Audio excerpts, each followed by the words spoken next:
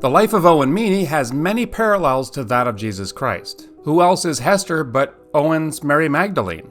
She has a reputation for promiscuity and a strong devotion to Owen, and this leads some to speculate that they are lovers, but they aren't. Another parallel between Owen and Jesus is that as the voice, Owen preached against the established authorities and occasionally broke their laws, and he attacked the hypocrisy of the high priest, the new headmaster of Gravesend Academy, Randolph White.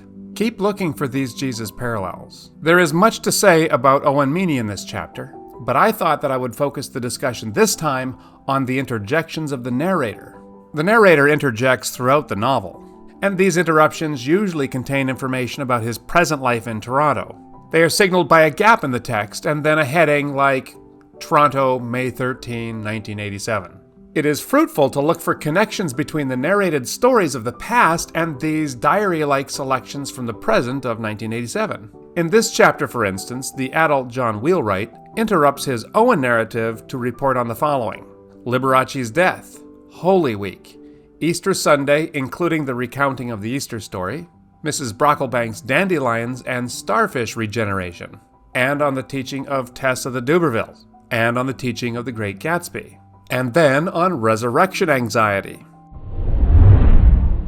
The first 4 of these interjections tell a very important story as to the mindset of the narrator. Although the first interjection from February 5, 1987 comments on Liberace's death specifically, it is important in that it brings up the topic of death in general. In the entry dated April 12, the beginning of Holy Week, the narrator expresses his anxiety that the resurrection won't happen this year. And he knows what Owen would say. If you don't believe in Easter, don't kid yourself.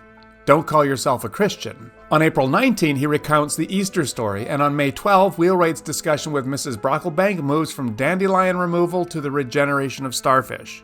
Taken in the context of the preceding entries, aren't we really talking about resurrection, even if it's only that of starfish?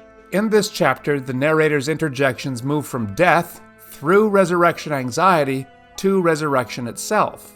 This subject is important to anyone who has lost someone close to them, as is the case with John Wheelwright.